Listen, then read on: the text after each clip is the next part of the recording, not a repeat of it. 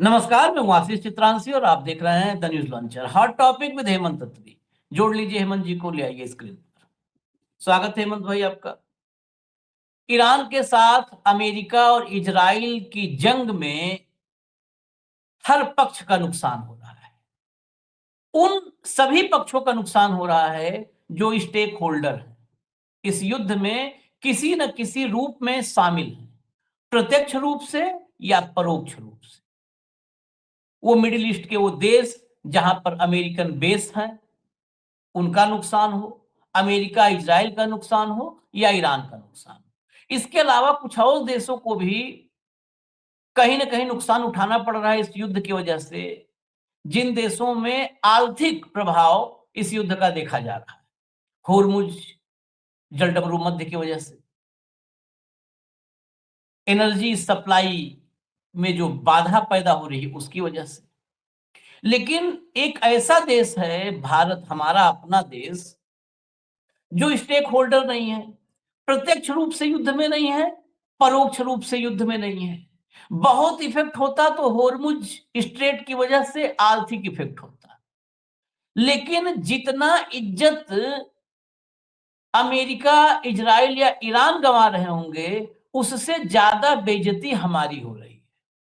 लड़ वो रहे हैं और जब मन होता है तो रगड़ हमको देते हैं, क्योंकि हमारे यहाँ 56 इंच की छाती वाला एयर डिफेंस सिस्टम लगा हुआ है। ये बेइज्जती भी नहीं रोक पा रहा है, इतना तगड़ा। ये भारत को तो पहला जो है डिफेंस सिस्टम बनाना चाहिए, वो मिसाइल डिफेंस सिस्टम नहीं चाहिए हमें। हमें अपमान से बचाने वाला जो है डिफेंस सिस्टम चाहिए, बेइज्जती से बचाने वाला डिफेंस सिस्टम चाहिए। 24 घंटे के भीतर मोदी 4 बार बेइज्जत हुए। अमेरिका तो लगातार अपमानित कर रहा था। उस लाइन में अब अमेरिका के साथ रूस भी खड़ा हो गया है। रूस ने भी हंटर चलाया। वो रूस जिसके साथ भारत की दोस्ती राज कपूर के गाने में भी झलकती है, वहां वो रूस, उसने भी हंटर चला दिया है। अभी आप जब काउंट करेंगे ना रुपया और डॉलर, तो देखिए कितना बड़ा भारत पर ये जो है झटका है। अंबानी अडानी, इनका एक रक्षक हमारे देश में है। 56 इंच बहुत पहले नापा गया था, तब से बढ़ा घटा नहीं पता है, 56 इंच की छाती है। ये 56 इंच वाले रक्षक ने अंबानी अडानी की तो रक्षा हर मोर्चे पे की है, हर मोर्चे पर की है। लेकिन सुबह सुबह आज 33 करोड़ भारतवासियों की जेब काट ली। मैं आपको एक एक करके खबर दिखाता हूं, सारी खबरें इंटरकनेक्टेड। हम लोग जो भी कार्यक्रम लाते हैं तो हम खबर को एक इकलौता अकेले में नहीं देखते हैं कि एक खबर बिल्कुल उसको अकेले में देखें। जब उस खबर को आप एक साथ देखेंगे, फॉरेन पॉलिसी से, इकोनॉमिक पॉलिसी से जोड़ करके, देश की स्थिति से जोड़ करके, अडानी अंबानी और आम आदमी से जोड़ करके, तब ओवरऑल वो बड़ा उसका जो है बड़े फलक पर वो खबर नजर आती है कि हो क्या रहा है देश में। तो जरा आप लाइए, दिखाना शुरू करिए। सबसे पहले हम बाइट से, आज हेडलाइन नहीं, हम एक क्लिप से शुरू करेंगे। आप लोग कैलकुलेटर लेके बैठिए, गिनिएगा। बेइज्जती नंबर 1 चला दीजिए। Yesterday, Treasury agreed to let our allies in India start buying Russian oil that was already on the water. The Indians had been very good actors. We had asked them to stop buying sanctioned Russian oil this fall. They did. They were going to substitute it with U.S. oil.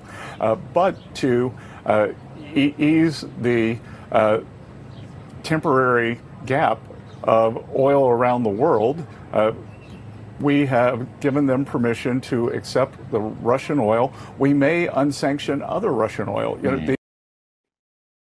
ये America का वित्त मंत्री है Scott Bessent, बोल क्या रहा है कि कल हमारा वित्त विभाग भारत को रूसी तेल खरीदने की अनुमति देने पर सहमत हुआ है।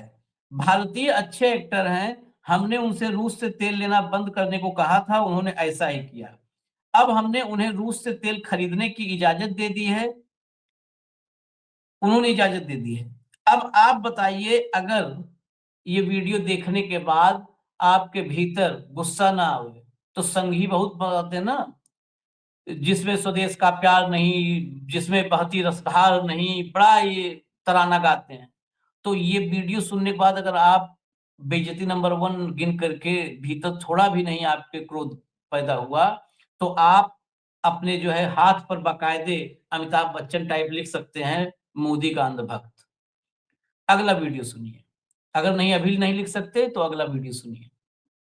I was told by a little bird that you may have some news to break today, and so I just want to give you that opportunity to say that if that. Yeah, so back to your question about oil. We need to get oil on the market in the short term. In the long term, supplies are abundant. There's no worries there. But as oil gets bid up a little bit because of those constraints coming out of the Strait of Hormuz, we're taking a short term action to say all this floating Russian oil storage that's around southern Asia, it's China just backed up. China does not treat their suppliers well. So there's a bunch of floating barrels just sitting there. We've reached out to our friends in India and said, buy that oil, bring it into your refineries. That pulls stored oil immediately into Indian refineries and releases the pressure on other refineries around the world to buy oil that they're no longer competing with the Indians for in that marketplace. So we have a number of measures like that that are short-term and temporary. This is no change in policy towards Russia.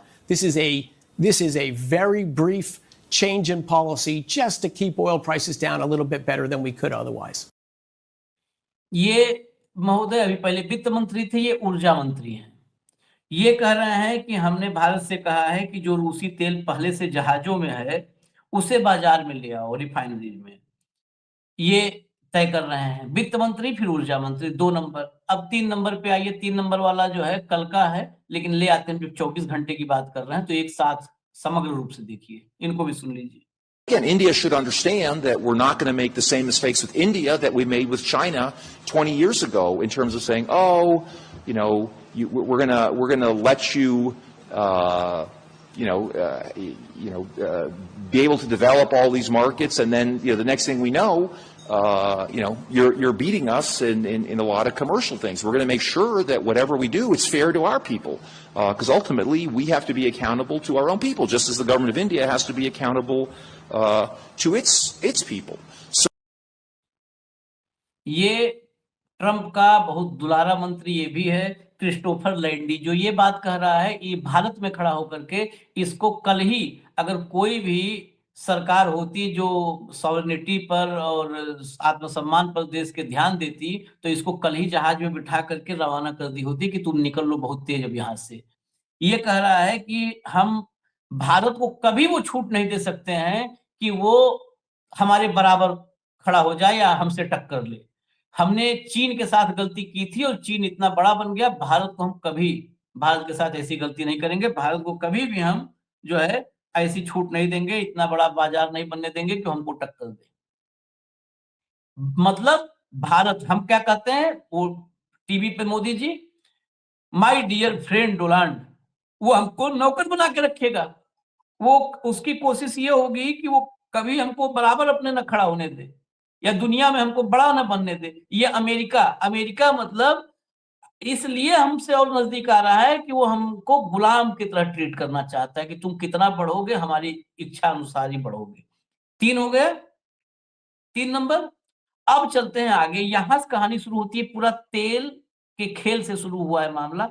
अब आइए भैया मुख्य खबर पर, कि 24 घंटे में 4 बेइज्जती गिनवाने के लिए। अब ये देखिए चौथा, no discounts Russian crude oil back on tap for India but at a higher price. अगली हेडलाइन लाइए, अगली हेडलाइन, तेल तो मिलेगा लेकिन छूट नहीं, रूस से ज्यादा कीमत पर क्रूड ऑयल खरीदेगा भारत। और आगे चलिए जरा, और आगे चलिए। रूस ने बढ़ाए तेल के दाम, अब डिस्काउंट की जगह प्रीमियम वसूल रहे पुतिन, भारत की बड़ी टेंशन। इसने साफ थोड़ा लिख दिया है, और अंबानी चैनल है, इन्होंने मौज मारा तो इनको ज्यादा दर्द हुआ, तो इन्होंने शायद हो सकता है वो दर्द यहां झलका हो। यहां पर समझिए 12 से 13 डॉलर हमको सस्ता दे रहा था रूस तेल, और अब वो जो छूट थी वो छूट खत्म कर दिया, ऊपर से ठोक दिया इस पे प्रीमियम, मतलब और महंगा देगा। क्योंकि आप आपदा में अवसर का सिद्धांत, इसको कोई कह भी नहीं सकता। मोदी जी ने ही सिद्धांत को प्रतिपादित किया था। आपदा है, तुम्हें चाहिए, अब लो। पहले तो हम कहते थे सस्ता ले जाओ भाई साहब, हमारी जरूरत है। अब तुम आ रहे हो ना, अब उससे लेकर के अपने बाबूजी से परमिशन, नया जिसको बनाए हो फादरलैंड और ग्रैंड फादरलैंड, उससे परमिशन लेके आ रहे हो तो हमसे महंगा लो। ये रूस का हंटर है। जरा भीतर खबर दिखाइए, भीतर चलिए जरा इसके। मिडिल ईस्ट से छिड़ी जंग के बाद दुनिया में तेल का संकट आता हुआ दिख रहा है। इस बीच अमेरिका ने भारत को रूस से तेल खरीदने के लिए 30 दिन की छूट दी है, लेकिन भारत को इसके लिए अधिक कीमत चुकानी पड़ सकती है। एक रिपोर्ट का दावा है कि भारत उच्च कीमतों पर यह तेल खरीदेगा। रिपोर्ट के अनुसार व्यापारी रूसी यूरोल तेल को ब्रेंट क्रूड ऑयल की तुलना में $4-5 प्रति बैरल की प्रीमियम पर भारत को बेच रहे हैं। ये तेल मार्च और अप्रैल की शुरुआत में भारतीय बंदरगाहों पर पहुंचेगा। यह फरवरी में दी गई छूट से ज्यादा है। फरवरी में बेचे गए माल पर $13 प्रति बैरल की छूट दी गई थी, यानी 13 ये और 5 $18 महंगा जितना आ रहा था, $18। ये हो गया तेल। एक और दिखा करके तब मैं हेमंत भाई के पास चलूंगा। इसके बाद अभी फिर कुछ चीजें हैं झूठ का, और झूठों को घर तक पहुंचाएंगे। फिर ये देख लीजिए, गैस की भी भयंकर, क्योंकि कतर में बंद हो गया है आप के लिए एलएनजी, और फिर वो एलएनजी ही बहुत चीजों में कन्वर्ट होता है, पीएनजी में, सीएनजी में। ये देखिए 60 रुपए घरेलू गैस पे बढ़ा है और 115 रुपए कमर्शियल व्यावसायिक पर बढ़ा है। 33 करोड़ गैस उपभोक्ता हैं भारत में। हटा दीजिए फोटो। 33 करोड़ गैस उपभोक्ता हैं भारत में। भारत में जब भारत में अंबानी अडानी सस्ता माल उठा के लाते हैं तो भारत में कुछ भी छूट नहीं मिलती है, कोई छूट नहीं मिलती है भारत के आम आदमी को। ये आम आदमी की दशा देखिए।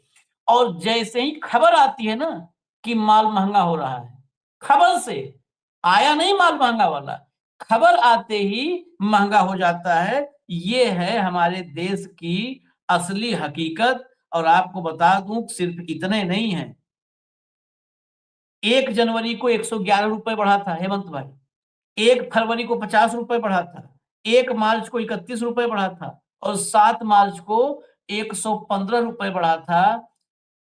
ये 2 महीना और 7 दिन हुआ है 2026 में। 307 रुपया गैस सिलेंडर का दाम बढ़ चुका है। अब इससे ज्यादा मोदी जी आपकी क्या भलाई कर दें हेमंत भाई। आशीष भाई नमस्कार, आपको सारे दर्शक साथियों को भी। देखिए आशीष भाई, दोस्ती कभी भी ना एक तरफा नहीं होती। अमेरिका जो कर रहा है वो एक पक्ष है, लेकिन आज आपने चूंकि तय किया कि टॉपिक तेल का रहेगा तो मैं स्पेसिफिकली उसी पे आ रहा हूँ सीधा, बाकी सारा आपने विवरण दे दिया है। दोस्ती ये नहीं होती कि जब आपको जरूरत है तब तो मैं भाग खड़ा हूं, और जब मुझे जरूरत है तो आप दोस्ती निभाओ। ये कभी एक तरफा कार्यक्रम नहीं होता, ये हमेशा म्यूचुअल बेनिफिट के लिए होता है कि आप मुझे आगे बढ़ाओ, मैं आपको आगे बढ़ाऊं। लेकिन भारत का जो व्यवहार रहा है over a period of time, वो रैंक अपॉर्चुनिस्ट देश का रहा है, और एक बड़े इतने बड़े डेमोक्रेटिक कंट्री का ना होकर के, एक सॉवरन कंट्री का ना होकर के एक अमेरिकन कॉलोनी का रहा है। ये मुझे बड़े भारी दुख के साथ कहना पड़ता है। ठीक, मुझे लगता है आप इससे सहमत होंगे। आप ये बताइए, डॉक्टर मनमोहन सिंह ने ईरान के ऊपर, जब अमेरिका ने यूरोप पूरे नाटो ने सैंक्शंस लगाए थे 2012 में, डॉक्टर मनमोहन सिंह ने क्या कहा था? माइंड योर बिजनेस, हम ईरान से तेल खरीदेंगे। ठीक, याद रखिएगा। डॉक्टर मनमोहन सिंह कमजोर आदमी थे मोदी के शब्दों में, और आज जो कुछ पुतिन कहता है वो अपने आप सिस्टम में चालू लागू हो जाता है, और मोदी जी 56 इंची का डंका बजा रहे हैं। देखिए, जब ट्रंप, आप देखिएगा, जब अमेरिका ने भारत को कहा कि आप तेल नहीं खरीदेंगे और हमारे वाले चुप्पी साध गए, तब रशिया के तमाम नेताओं ने अलग अलग मौकों पर अलग अलग प्लेटफॉर्म पे कहा कि हम भारत को रूस सस्ता तेल देना जारी रखेंगे और किस तरीके की कोई समस्या नहीं। ठीक, आपने मुंह फोड़ करके एक भी शब्द कहा क्या? एक शब्द भी कहा तो, और धीरे धीरे आपने हालत ये कर दी जैसे उसने टैरिफ ठोके आपके ऊपर, आप उस रशिया से दूर होते चले गए। टू दैट एक्सटेंट कि पुतिन भारत के अंदर आए, तब आप S-400, 500 और Su-57 सारों को छोड़ करके कहां पर लाके सीमित कर दिया कि मोदी की गाड़ी में बैठ के वो, और वो उनके घर गए और फला किया, वो जो नौटंकी मोदी करते वही किया। ठीक, इतना बड़ा आदमी आपका टाइम टेस्टेड फ्रेंड भारत में आ रहा है, और वो उसमें आप कितना भी फायदा उठा सकते थे उन परिस्थितियों का, कितना भी फायदा आप चाहते तो डिस्काउंटेड तेल और बढ़ा सकते थे, लेकिन वो शौर्य कहां से आए? मूल में तो कायरता भरी है ना। तो कोई चर्चा नहीं की, क्या चर्चा हुई किसी ने बताया ही नहीं बाहर। एक चर्चा हुई कि गाड़ी में फोटो खिंचवाया, एयरपोर्ट पे जाके रिसीव किया, बात खत्म। ठीक। अब पुतिन तो मोदी नहीं है, उनको तो इजाजत लेनी नहीं ट्रंप की, तो उसने कहा कि भारत तेल खरीदना चाहता है तो खरीद ले। अब दोस्तों की तरह नहीं खरीद पाएगा, अब ये धंधा है और धंधा धंधे की तरह होगा, कोई डिस्काउंट नहीं। नंबर एक।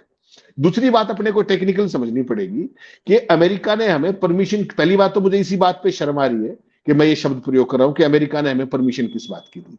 आपने कहा ना, इससे बड़ी शर्मनाक बात कोई हो ही नहीं सकती हम भारतीयों के लिए। उसने हमें परमिशन किस चीज की दी आशीष भाई, आपने देखा ध्यान से? उसने हमें वो तेल खरीदने की परमिशन दी है जो टैंकर्स के अंदर ऑलरेडी भर के वहां पे उनके अमेरिका, उसके रशिया के यूराल जो है भरा हुआ है और समुद्र के अंदर ऑलरेडी अवेलेबल है, फ्लोटिंग है, उसका कोई खरीदार नहीं। आप केवल वो तेल खरीदोगे, आप रशिया से नया ऑर्डर वो नहीं कर सकते। जो केवल लाखों बैरल तेल जो टैंकर्स के अंदर भरा हुआ है, समुद्र में है, केवल वो मंगवाओगे आप। ये छूट दी है उस भाई ने। और ये भी नजर रखने की बात है कि आप नया ऑर्डर तो नहीं कर रहे। कल्पना कीजिएगा, ये तो बिल्कुल एक, जैसा मैंने शब्द कहा, कॉलोनी की तरह उनका व्यवहार है। ठीक। अब सवाल यह है कि भारत इस पूरे मामले में क्या बनेगी भारत के साथ। पूरे डिटेल्स में आऊंगा, एक एक डिटेल्स में आऊंगा बारीक में, लेकिन एक चीज आपको पहले बता दूं, जब ये एक युद्ध शुरू हुआ तो $70 पर बैरल तेल था 28 फरवरी को। ठीक। आज की तारीख में जब मैं और आप बात करें तो ये 90 क्रॉस कर चुका है ब्रेंट क्रूड। ठीक है। भारत के लिए अगर $10 प्रति बैरल तेल बढ़ता है तो भारत का इंपोर्ट बिल जो है, आयात बिल है, वो हर साल 13 से 15 बिलियन डॉलर बढ़ता है।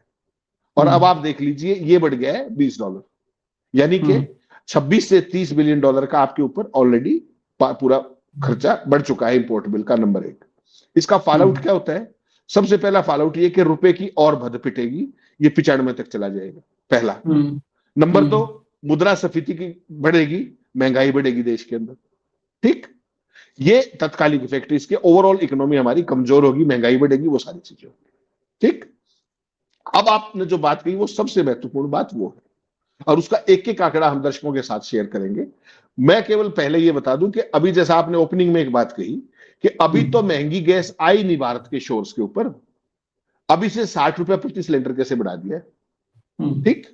जब सस्ती थी तब क्या सस्ती की थी आपने? तब तो नहीं की। जब तेल जो रशिया से जो सस्ता तेल आया, भारत सरकार ने लाखों करोड़ रुपए कमाए, लाखों करोड़ रुपए, विंडफॉल टैक्स से लेकर के तमाम तरह के, उसमें एक्साइज बढ़ा करके सारी चीजें करके।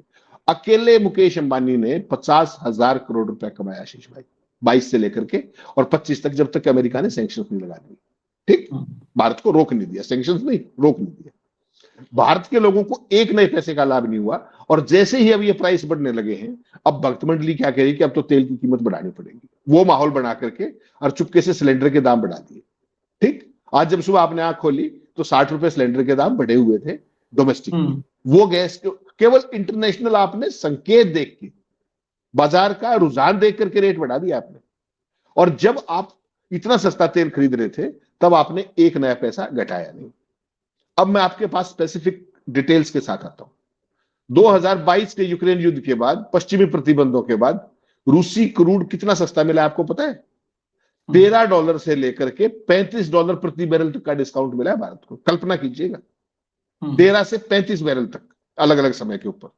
भारत ने इसे बड़े पैमाने पर खरीदा।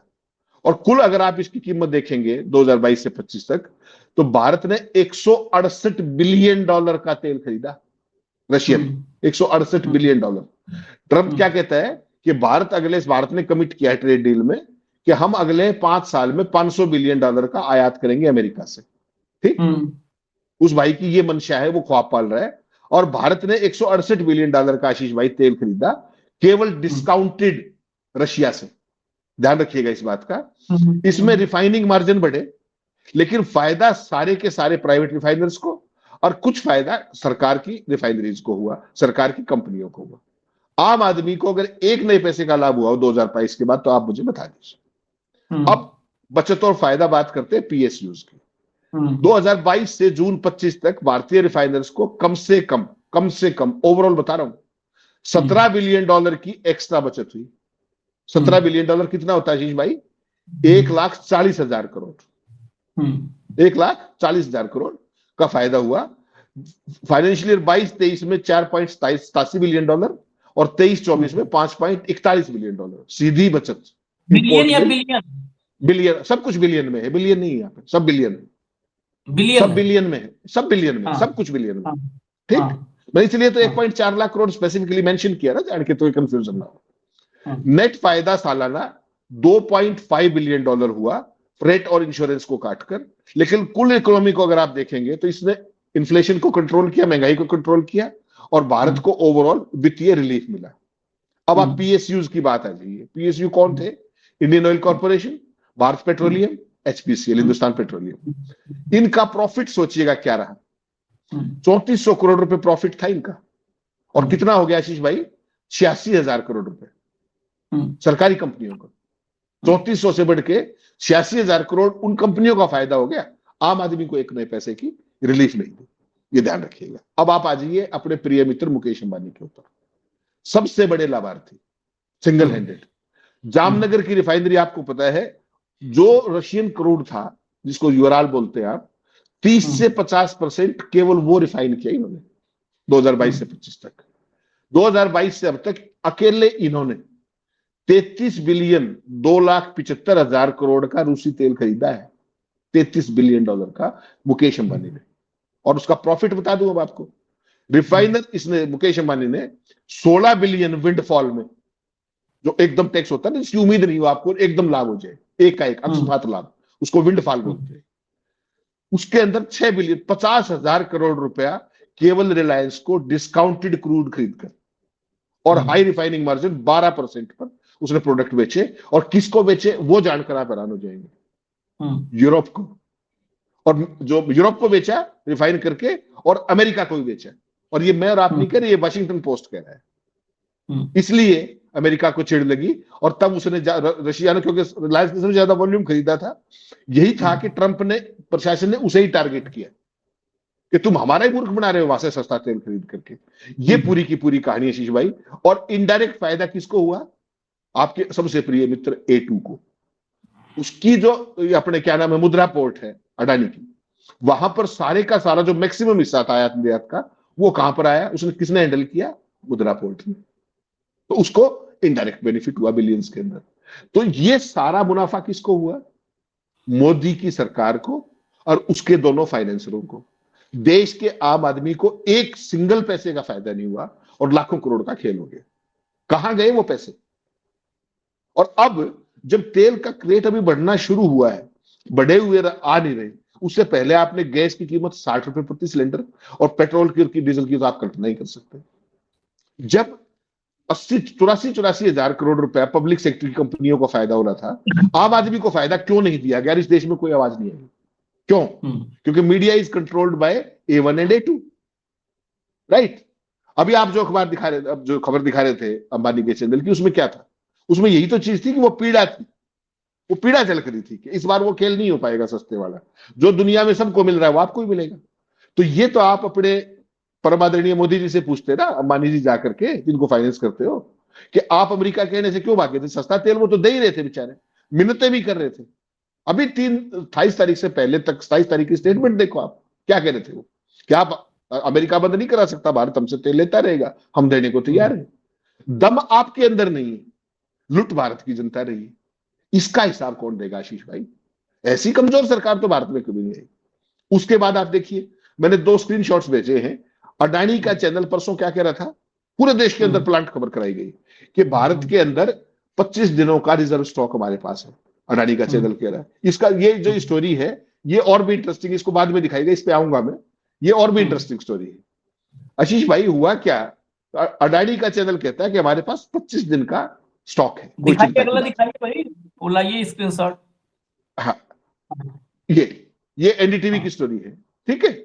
और उसी का एडिटर, देख लीजिए, एनडीटीवी की है बाकायदा, उसी का एडिटर इसी अखबार का 2 दिन बाद क्या कहता है वो दिखा दीजिए। अब जो आदित्य कौल का वो है, वो अपनी ही चैनल की खबर को नेगेट कर रहा है। ये देखिए, अब आप आगे चल पड़ी, अब वो खबर दिखाइए जिसकी आपने अभी बात की। वो खबर जो है फैक्चुअली गलत है आशीष भाई। फैक्चुअली क्या गलत है कि भारत के पास जो स्ट्रेटेजिक ऑयल रिजर्व रखने के लिए हमारे बजट के अंदर पैसा होता है, वो पैसा यूज ही नहीं किया गया, इसलिए हमारे पास 25 दिन का बताया गया। तो आज भी आप भारत के लोगों को मूर्ख बना करके उसको सारे को सारे आप मतलब मिसगाइड करने की कोशिश देश को कर रहे हैं अपनी नाकामों पे। जब बजट में आपके पास रिजर्व मेंटेन करने के पैसे हैं तो आपने क्यों नहीं मेंटेन किया? किसकी जिम्मेदारी है? और ऐसी परिस्थिति में जब आप ये देखिए, कोई ईरान के ऊपर इसराइल ने 2 दिन में तो हमला कर नहीं दिया, पूरा बिल्डअप था over a period of time, लगातार महीनों से चल रहा था कि हमला होगा, तब होगा, कब होगा, महीने भर से तो पक्का था। अगर सरकार में कोई भी दूरदर्शी व्यक्ति हो, उसके पास पैसा भी था, he could have easily made up this shortfall, but they never tried। ये सरकार है। इसलिए मैं कहता हूं कि इस सरकार की सबसे बड़ी त्रासदी ये है कि यहां पर कोई दूरदर्शी व्यक्ति है ही नहीं, टैलेंट का बड़ा भारी स्केर्सिटी है, डेफिसिट है, और देश को लुटवा रहे हैं। और दम ये है कि अमेरिका ने हंटर चलाया और आपने रूस से तेल बंद कर दिया। ऐसा प्रशासन, ऐसा शासन आप सोचिए दुनिया के किसी और देश में भी दिख रहा है क्या आपको कि अमेरिकी हंटर पे नाच रहे हो आप फॉर नो रीजन व्हाटसोएवर? उन्होंने टैरिफ लगाया, आप छुट्टी, भाग्य रशिया से, और अब आप उम्मीद कर रहे हो कि रशिया आपको डिस्काउंटेड तेल आप देगा। बहुत उम्मीदें पाल दी हैं, तो फिर मुझे आना पड़ेगा। इतनी उम्मीदें आपने जगा दी कि 30 दिन पहले इस पूरी दुनिया को पता था, इनको नहीं पता था। इनको तो 1 दिन पहले नहीं पता था भाई। आप 30 वहीं दिन से की आए बात थे, कर रहे हो, इनको तो वहीं 1 से दिन आए थे। पहले नहीं पता था। इजराइल ही कह रहा है कि इनको कुछ नहीं पता था। अब हम वो शब्द नहीं इस्तेमाल करेंगे कि मतलब ऐसे आदमी क्या कहा जाए कि 1 दिन पहले भी ना पता हो, और वो एक देश का राष्ट्राध्यक्ष 143 करोड़ के और विश्वगुरु का प्लानिंग बताता हो देश में अपने, उसको 1 दिन पहले ना पता हो। तो 1 दिन नहीं पहले पता था तो क्या ये रिजर्व बनाएंगे? और आपने कहा देश को भ्रमित, इस देश में सच बोलने वाले का खंडन हो रहा है, और सरकार ही भ्रम का मतलब कहते ना कि भ्रम की फैक्ट्री, भय और भ्रम तो हम बताए चल रही है। माई गवर्नमेंट हिंदी का ट्वीट दिखाइएगा जरा। आपका ना तेल पे इतना भी आपने एनडीटीवी, अखबार और आदित्य कौल सबको दिखा दिया। ये देखिएगा, किसको सही मानोगे आप? माई गवर्नमेंट हिंदी, ये सरकार की तरफ से आया है जो है। अफवाहों से सावधान रहें, घबराएं नहीं। सोशल मीडिया पर पेट्रोल, डीजल, सीएनजी, पीएनजी और एलपीजी की कमी की खबरें सिर्फ अफवाह हैं। ये एलपीजी का दाम बढ़ा दिया है, सिर्फ अफवाह है। देश में ईंधन का पर्याप्त भंडार है और सप्लाई पूरी तरह सामान्य है। अफवाहों से बचें, केवल ऑफिशियल सोर्सेज पर भरोसा करें और सही जानकारी ही साझा करें। मतलब सीधी सी एक बात है कि जो मोदी कहे वही मानो, बाकी और किसी को नहीं मानो। ये सरकार ने साझा किया है। अंधभक्तों के लिए एक और चीज मैं दिखा दूं, एक ग्राफ जो है। अंधभक्त कई मुझसे लड़ पड़े, इस पे भिड़ गए कि रूस से कौन अमेरिका के कहने से मोदी जी मान ही लिए हैं। अरे वो अमेरिका कह रहा है, हमने तो बंद किए नहीं है, हम तो रूस से तेल ले ही रहे हैं, ये पता ही नहीं है। आप लोग वीडियो बनाते हैं, मतलब बहुत एक दो तो उलझ गए। ये देखिए आप, ये इंडियन एक्सप्रेस ने 2025-26 का ग्राफ दिया है, आंख के सामने है बिल्कुल, देख लीजिए। ये अप्रैल 2025 से लेकर के अप्रैल, मई, जून, जुलाई, अगस्त, सितंबर, अक्टूबर, नवंबर, दिसंबर और जनवरी, जरा ग्राफ देखिए कहां पर आके टिका है। ये ग्राफ देखिएगा, ये जो पॉइंट्स हैं ये कहां पर आके टिके हैं। ये पॉइंट जो मैं बार बार कर रहा हूं, पॉइंट, वो पॉइंट पर आइएगा, पॉइंट कहां पर है ये देखिएगा। ये वॉल्यूम है 1000 बैरल पर डे का, और जो ये जो आपको दिख रहा है ना, एक हल्की, आप कह लीजिए उसको कौन सा कलर है, लाइट ग्रीन टाइप या जो भी कलर आप माने, वो जो डंडा मतलब जो बार्स खड़े हैं, बार, ये बार है वॉल्यूम इन 1000 बैरल पर डे। और जो ये जो पॉइंटर है, रेड वाली लाइन चल रही है ना जिसमें खूब ऊपर नीचे दिख रहा है, ये है share in India's oil imports. Bharat के टोटल ऑयल इंपोर्ट में कितना शेयर है वो यहां पर है, जरा देख लीजिए कि क्या हालत है। खैर, अब इजाजत दीजिए हमको, इसको हटा दीजिए आप, इजाजत दीजिए, और बाकी तेल लीजिए वहां से रूस से महंगा $18। हाँ हेमंत भाई। माफ कीजिएगा, वो जो खबर दिखाई थी अभी बड़े वाली, वो एक बार दोबारा दिखाइएगा, उसको मैं और क्लियर कर दूं। अब ये देखिए, India strategic oil reserve push slows, ठीक, और ऊपर हेडिंग है और शीर्षक भ्रामक क्यों है ये? अनिवार्य रूप से क्या दर्शा रहा है ये कि मोदी सरकार ने भारत के रणनीतिक तेल भंडार को बढ़ने के लिए कई वर्षों से बजटीय राशि खर्च नहीं की और देश इसकी कीमत अब चुकाएगा। और इसका लॉजिक देखिए, ओपनिंग में है वो चीज, 1039 करोड़ रुपए खर्च किए गए, जबकि हमारे पास पैसा कितना था? 5876 करोड़ रुपए की एलोकेशन थी जो इसको बिल्ड करने के लिए तैयार थी, लेकिन वो काम नहीं किया गया, जिसका परिणाम अब महंगे तेल के तौर पर आम आदमी 144 करोड़ भारतीय भुगतेंगे। वो जो आपके मित्र मिलते हैं ना, आपको कहते हैं कि हम तो 500 रुपए में भी तेल खरीदेंगे, वो दंड अब ये भुगतेंगे। यानी कि दृष्टिहीनता सरकार की, और भुगतेगा देश भी और सारे देश के लोग भी। क्यों? क्योंकि ना तो आप रशिया के मामले में 56 इंची दिखा पाए, ना अमेरिका को आंख दिखा पाए, ना उनको कोई जवाब दे पाए, और उसकी परिस्थितियां ये है कि देश का स्ट्रेटेजिक जो ऑयल रिजर्व होता है उसकी ये स्थिति है। उसमें भी आपने खबरें प्लांट करके कंफ्यूजन फैलाने की कोशिश की। ये मैं आपका थोड़ा सा प्लीज जोड़ना चाहता था। चलिए इजाजत दीजिए, लेकिन हेमंत भाई ने एक चर्चा की थी कि अमेरिका ने सैंक्शंस लगाए थे, प्रतिबंध लगाए थे, उन सैंक्शंस के बावजूद मनमोहन सिंह ने, जो मनमोहन सिंह बहुत कमजोर प्रधानमंत्री थे, मोदी जी बताते हैं, मनमोहन सिंह ने एकदम खुला कहा था कि हम तेल ईरान से लेंगे, इसको कोई हम रोक नहीं सकता है। इस खबर का को हम दिखा दें, नहीं तो बहुत लोग बीच की उस चर्चा को कि आपने कहा था, कौन सा मनमोहन सिंह, बहुत फर्जी का हवा बना दिए। दिखा दीजिए इंडिया टुडे की खबर उस समय की, ये देख लीजिए। Prime minister Manmohan Singh defies US dictate on oil import from Iran. नीचे देख लीजिए, साफ साफ लिखा है, the PM says that India will continue to import oil from Iran despite fresh sanctions by the US and European Union. America और European Union द्वारा लगाए गए ताजा प्रतिबंधों के बावजूद भारत ईरान से तेल का आयात जारी रखेगा। बहुत स्पष्ट शब्दों में वो कमजोर से प्रधानमंत्री ने मंचों पर लंबी लंबी फेंकते नहीं थे, वो बिल्कुल सॉलिड पॉलिसीज थी और काम सॉलिड करते थे। रोज सुबह दोपहर शाम 3 टाइम होम्योपैथिक दवाई टाइप बेइज्जत नहीं करवाते थे देश को। चलिए इजाजत दीजिए हमें। धन्यवाद हेमंत भाई, बहुत बहुत धन्यवाद, नमस्कार।